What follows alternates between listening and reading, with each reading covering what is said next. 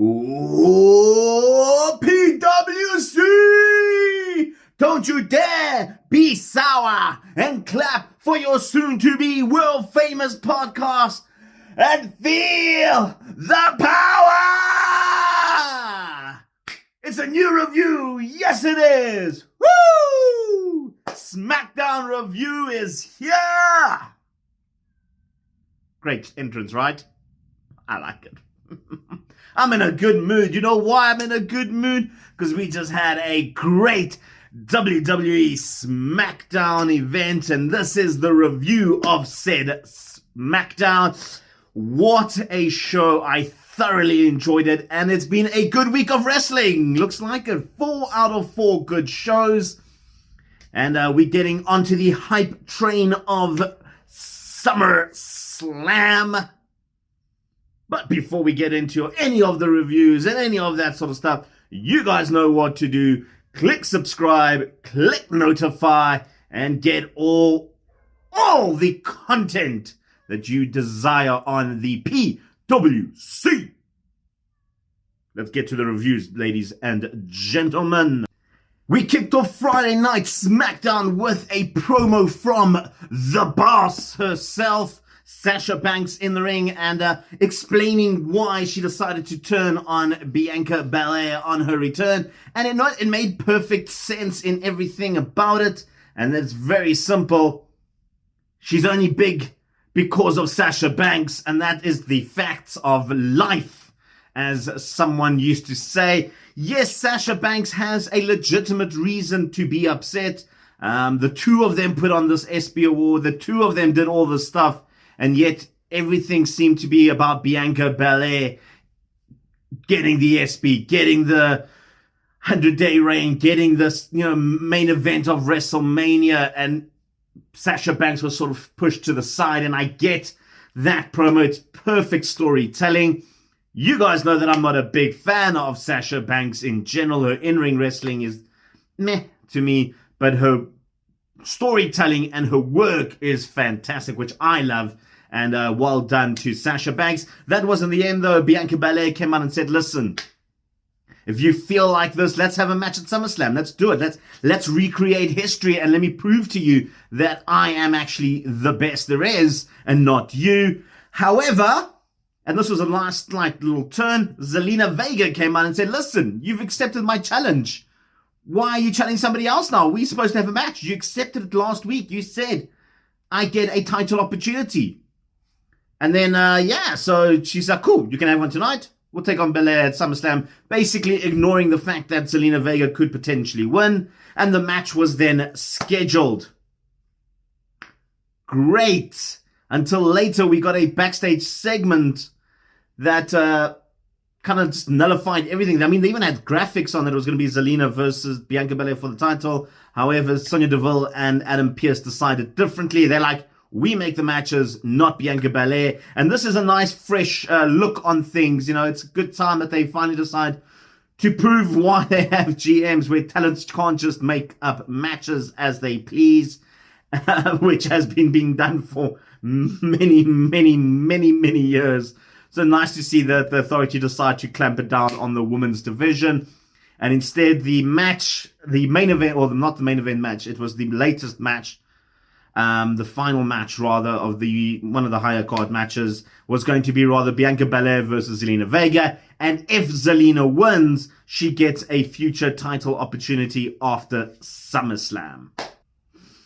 We then got our first fight of the night, and before we got there, we got a little backstage segment with Rey Mysterio and his son Dominic, explaining to Rey that this match that he decided to have was stupid because they'll lose momentum if he loses, and that they don't need each other's help. They could have won them respective matches as is on their own. And Dominic trying to say that he's trying to prove himself that he is like his father and he can be a bit better.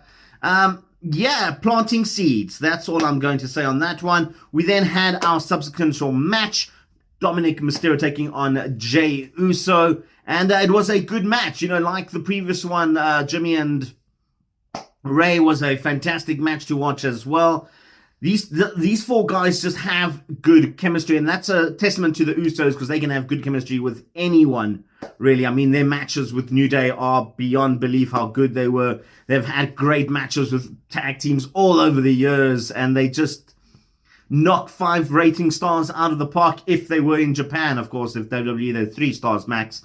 But they're a fantastic duo. And the singles opportunity matches for Dominic are coming thick and fast. There's obviously a lot of faith in Dominic Mysterio at the moment. And, you know, he deserves the faith. He's proven to be a good in-ring wrestler. He's taken to the entertainment business, as let's put it like that, to great. Yeah, he needs to work a little bit on his mic skills and stuff, but I mean, he's only 22, 21, somewhere around there, so he's got a long time to progress, especially in the wrestling industry. For the match itself was fantastic to watch. A big key point was the distraction that Rey Mysterio tried to cause, instead distracted his own son, giving Jay the victory over Dominic. And again, all I'm going to say, planting seeds. Moved on to our second fight of the night, and it was King Nakamura.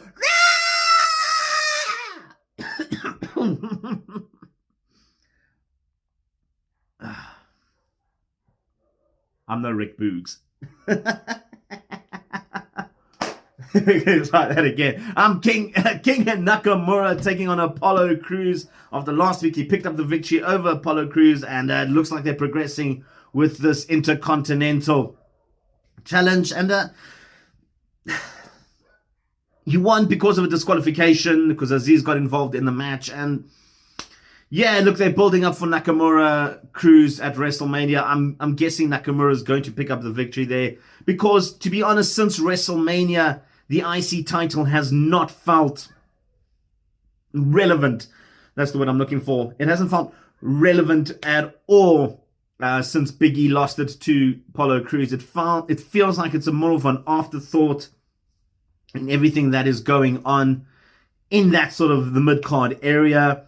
And I think a nice new fresh perspective of King Nakamura having the IC title is great. What I'm really excited for is to see the in-ring debut of Rick Boogs rather than him playing guitar, the same riffs over and over every week. Yes, it's still fantastic to watch Pat McAfee get excited every week, but there's only so much of that we could actually watch before we want to see Rick Boogs in the ring rather than thing. And maybe a turn on Nakamura might be in his future. Not much else I can say about the match itself.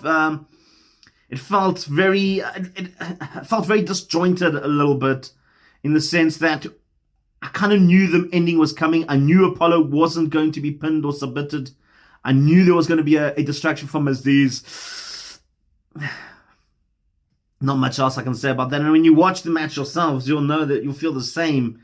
Like you could see it coming from the first 30 seconds that this was not going to be a clean victory no matter what. And it is the WWE way at the moment. In fact, it feels like it's the professional wrestling way at the moment. We've had so many distraction finishes on other brands as well. I actually watched Impact the other day for the first time in like 3-4 years, and I counted 3 distracted finishes in that episode, and there was only 5 matches. So there you go. I also watched NWA Power for the first time ever, really, and there was 2 distraction finishes in that one as well. So it seems to be a norm for WWE, or norm for professional wrestling, that is. So yeah, that's something to take into account, which is interesting to see how the sport is going. But other than that, then before we went back into the ring for some in-ring action, we had Kayla sitting backstage and talking to Paul Heyman, the special counsel of the Tribal Chief, and explaining what happened last week with John Cena and the title. And a really, really good analogy, which I loved, that he put in there with Tom Brady signing a new contract with the Buccaneers, using the Tampa Bay Arena, you know, to fuel that energy. And he said, if I had to come in there, hit Tom Brady rather with a kendo stick and take him up and sign that contract, do I get the $75 million? And that is the perfect example of what happened last week.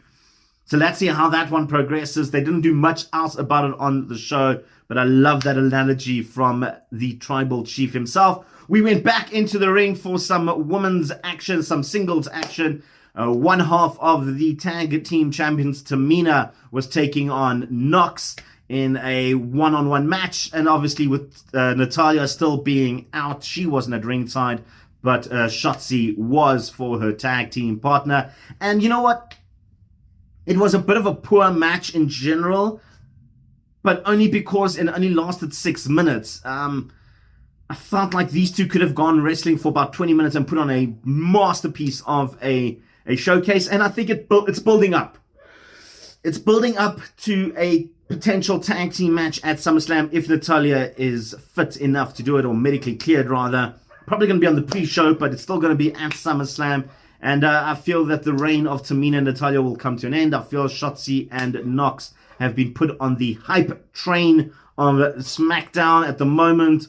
They're getting a lot of TV time, a lot of feature time, and they've been presented as a tag team from the start. They haven't been meshed together like Tamina and Natalya, or like Bianca and Sasha. You know, it's one of the first, and I hate to say this, it feels like one of the first natural tag teams on the main roster. We know that they're not a tag team from NXT, but of course, NXT and the main roster is completely separate, as Raw has proven. So they were presented as a tag team. They are a tag team. They are Shotzi and Nox. That is the tag team that we are here for, you know. And I get it. There isn't actually another legit tag team on the roster. Most of them have just been thrown together, which is understandable because they haven't had a tag team division for long. Yes, they had the Iconics and they let them go stupidly. But yeah. Nox picked up the victory after Shotzi shot her with the cannon. We then headed back to the ring for a promo from Edge. Oh, wait. Hold on. Let me try. They keep advertising that TikTok SummerSlam promotion thing where you got to be the announcer for SummerSlam. So let me try that. Let's see if this is good enough. If it is, let me know in the comments if I should just re-enter on my TikTok account. So let's try that quickly. From Calgary, Canada, it is the Rated R Superstar Edge. You think you know me? All right, he's got sidetracked there. So we had the Rated R Superstar in the ring, cutting a promo on Seth Rollins. And before we could actually get into the real nitty of what he wanted, Seth Rollins appeared on the Titantron via satellite after Edge expected him to be there live in the arena, but he was like, he's not stupid. He's the architect. He's smart. And the two had a bit of a back and forth, and was one of the better segments between the two. I like this this little feud that they have going, which is great. So well done to them. I love this whole entire interaction with Edge putting the challenge out to Seth Rollins. Seth Rollins is like, listen, let me think about it. Maybe you should think about it, because the last time, you know, we interact, I almost broke your neck. And if I imagine the damage that I can do to a healthy neck, what can I do to a neck that's been fused 3 times? And then he kept talking and getting under Edge's skin with the whole family and the kids. But Edge managed to turn the tables a little bit on Seth Rollins and put the seeds into Seth Rollins' mind, forcing him to accept the challenge. And that's what we officially get. Well, I'm going to say unofficially yet, because Adam Pearce and Sonya Deville haven't agreed to this match yet, because remember, talent can't just go making matches as we saw earlier. But yeah, we can pretty much agree that it's going to be SummerSlam Edge taking on Seth Rollins, and I'm excited for this one. I think these two have great chemistry, and yeah, I think you can actually take this match as a #1 contenders match. I think that's how. I know it's not being perceived as that, but I really think you can claim it to be a #1 contenders match. We then stayed in the ring for some women's action, and what was going to be a women's title match turned into a potential title match for Zelina Vega if she picks up the victory. It was Zelina taking on Bianca Belair. And before I get into any reviews or anything like this, what the hell What the hell was the point of bringing back Zelina Vega and having her lose every single time she's out in the arena? She has not won a single match since her return, and she's had 5 of them now. 5 of them in 6 weeks.